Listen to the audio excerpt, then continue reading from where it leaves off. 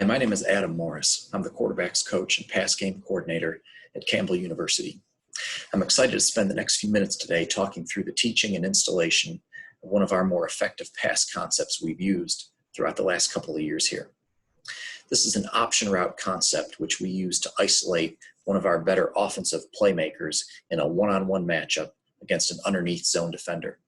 The presentation today has clips of both us running this scheme and also some NFL teams that run the exact same play. We like to use these types of clips, a variety of clips, when we install something to our players, just to show them and educate them on how the play works against different types of coverages and what techniques to use when you're getting maybe a different type of leverage or alignment by the defense. The concept we're discussing today is called the slop concept. Slop is an abbreviation. It stands for slot option. The rules on this concept are very simple. The inside most receiver is running the option route.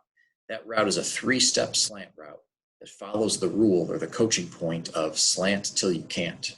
If there's a defender inside taking away that slant route, the route will convert to a pivot route, breaking back out flat to the sideline. Any receiver outside of the option route runs what we call an MOR, mandatory outside release. The purpose of this route obviously is to protect the out-breaking portion of the pivot route. When we run this out of a 5-wide set, you can really pair any sort of quick game or simple 3-man route concept to the field. We like to use the stick concept. So here you've got Y stick to the right and you've got slop to the left. In this play, the quarterback's read pre-snap is simple. He's going to work opposite the Mike linebacker. If the Mike linebacker is tucked in the box, he should have a free access throw to the Y on the stick route. As the Mike backer pushes out of the box, that sends the quarterback's eyes to the left to work the one-on-one isolation route, in this case to the R. Some clips that we use when we install this play with our players. Here the Packers are in the same 5-wide set, and they've got the stick concept up here at the top of the screen. The Mike linebacker is mugged up in the line of scrimmage, but on the snap, will push this way. That movement sends the quarterback's eyes down here to work the one-on-one isolation route to the slot receiver. As you can see on this clip, there's no defender taking away the slant route, so the receiver expects the ball immediately at the top of his 3-step slant. This is an easy look here, easy throw, and easy decision for both the quarterback and the receiver. This next clip is from our season opener last year at Troy. We've got our 3-man stick concept called up here at the top of the screen. Again, here's the Mike linebacker who's pushed that way, which pre-snap dictates to the quarterback that he needs to come down here and work the slop concept.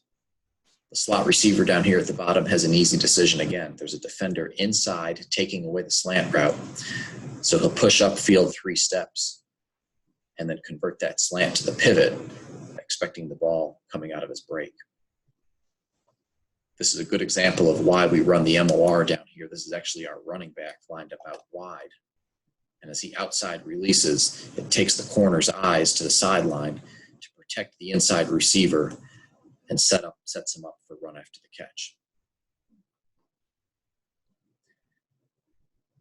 This next clip, another 5-wide look, we've got our slop concept down here at the bottom of the screen.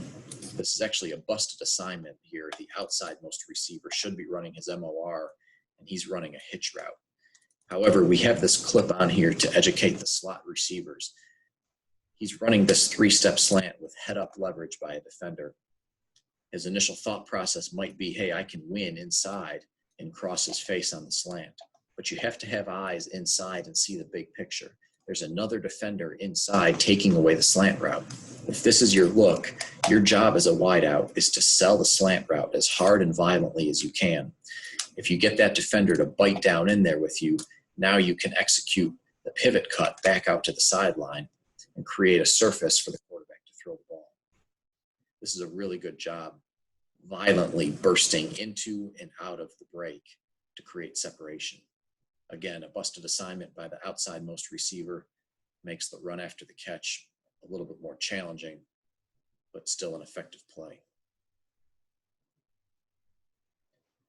We use this clip when we install this to talk through the complications of drop 8 defense. The defense is in a 3-down look here with an extra zone defender. You can see how it affects the play as I pause the screen right here. The slot receiver up top is running his 3-step slant, knowing that it's getting taken away with a defender inside. But he also knows that there's a flat defender who is buzzed out to the sideline. There's no point in him bursting in and bursting back out to where the coverage is sitting. So he's going to sit and hover in this instance and expect the ball in the void of the zone. This is a good job of both the quarterback and receiver being on the same page in this look. Drop 8 is tough, and we had to spend quite a bit of time throughout the week here talking to both the quarterback and receiver about how to execute versus this look. Once you put the slop concept on film for a few weeks in a row, if you like to dress it up a little bit, we use this clip as a teach tape to our guys. Again, here's your day one read. The Mike linebacker is pushed that way, so the quarterback should work up top to the slop side. The slot receiver here is running this route almost like a double move. He's going to push up for 3 steps, but hit a little in-out twitch at the top to really influence that will backer. If you're going to use this element of the route and almost run this like a jerk route here, you have to certainly talk about it and work it to eliminate any sort of confusion for the quarterback, as he is really ultimately waiting on the receiver to make his move before throwing the ball. But this is a good way to keep the defense on their toes a little bit and break up some tendencies. Once you run the scheme out of 5 wide and you want to progress to the next level of it, the 3-by-1 version is shown here on the screen. The inside most receiver runs the slop route. The outside 2 guys, in this case the F and the Z, are now running MORs. That leaves you with a single receiver into the boundary. Here he's running just a simple hitch. You can really change that route up week to week based on the matchup and the opponent you're playing. The quarterback's read changes. It's no longer about the Mike linebacker.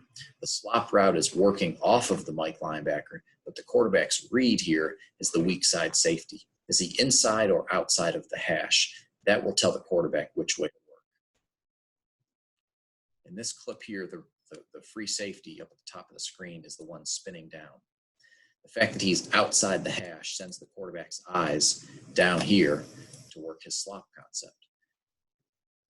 The slot receiver has a slant route that is getting taken away by an inside defender, so he whips back out. The only correction on this, the number 2 receiver should be outside releasing that defender to help protect the run after the catch. But again, an easy look here, an easy throw and catch for the quarterback and the slot receiver. On this look, we've got another 3-by-1 set, and the quarterback has to find the weak side safety, who again is located outside of the hash. It doesn't matter if he's high or low. It's a lateral decision, inside or outside of the hash mark. Him being lined up right here presents a 2-on-1 coverage alignment, which has to send the quarterback's eyes over here for the read.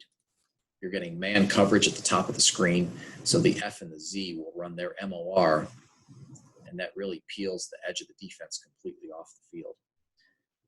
The inside leverage man-to-man sets us up for an easy look for the slot receiver to push in and whip back out, expecting the ball immediately out of the break.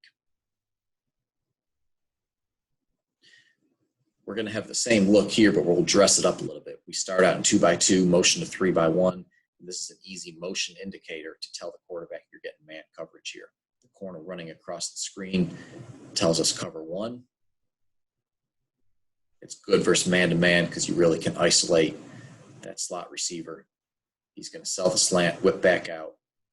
This was one of our more effective playmakers on offense, and that we really use this to just move him around and give him the ball in space and let him do something like this here and gain some valuable yards after the catch. Another 3-by-1 look. The weak side safety now is tucked inside the hash. Here's your strong safety. Obviously, the coverage has shifted this way, which tells the quarterback he's got a 1-on-1 at the top of the screen. Just like in the diagram earlier, it's a hitch route. Again, like I said, you can change that route up week to week. We knew we were getting soft coverage in the boundary here, so a simple hitch will suffice. A good 5-yard gain on 1st and 10. Anytime you run this play, especially the 5 wide version, you have to have answers for blitz. Okay, we've talked about this and repped it multiple times with our guys. We've called this in a game setting for a couple of years in a row and actually never called it against a cover zero all-out pressure look. This is from practice a year ago, but we saved this clip to show our guys. Here you got the entire defense walked up at the line of scrimmage. They're obviously showing all-out pressure, cover zero. The slop concept is called to the left-hand side of the screen here. The receiver's thought on this is to try to cross face on that defender and win immediately on the slant route, expecting the ball. You've got two linebackers mugged up in the A gap and the B gap. We're going to focus on number 32 here in the left B gap. On the snap of the ball, he's showing pressure, but as you can see, drops out to collision the slant route. This is a great job by the receiver seeing this right here and converting the slant back out to the pivot route, making himself available to the quarterback. The quarterback on this clip, he ends up using a fade route to the slot out here to the right.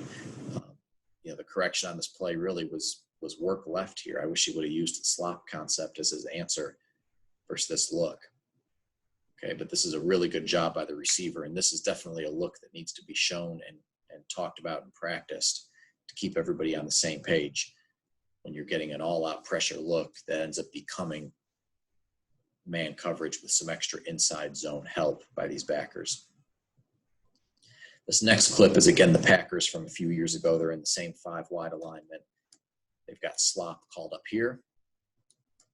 And pre-snap, it looks like press man-to-man. On the snap of the ball, that defender blitzes. He triggers off the edge. When that happens, the coaching point for the slot receiver, convert your 3-step slant to a 1-step slant. Expedite the route and look hot before the safety over top of you can spin down. This is a good job on the route conversion, a good decision, a really good throw. Obviously, the receiver drops the ball, but the point gets across on this clip when we're showing our guys, hey, this is how this thing should play out against this type of pressure. Just got to finish the play by the receiver there. Again, we like this option route concept. It's got black and white guidelines. Anytime you deal with option routes, as I said earlier, you have to be able to keep everyone on the same page. And, there can be some more challenging looks than others, but at the very least, when we present it and install it, everyone should have a pretty clear understanding of what the expectations are on the play. Thank you so much for spending time with me today. I hope you enjoyed this talk about the slop concept. I think it's something that you can use. Certainly, we like it on first and second downs, base defense situations when the quarterback really should be comfortable with his pre-snap read. Hey, where's the mic or where's the weak side safety based on the formation you call it out of? It's an effective way to get one of your top playmakers the ball and get those guys involved with some early targets and touches. Thanks again.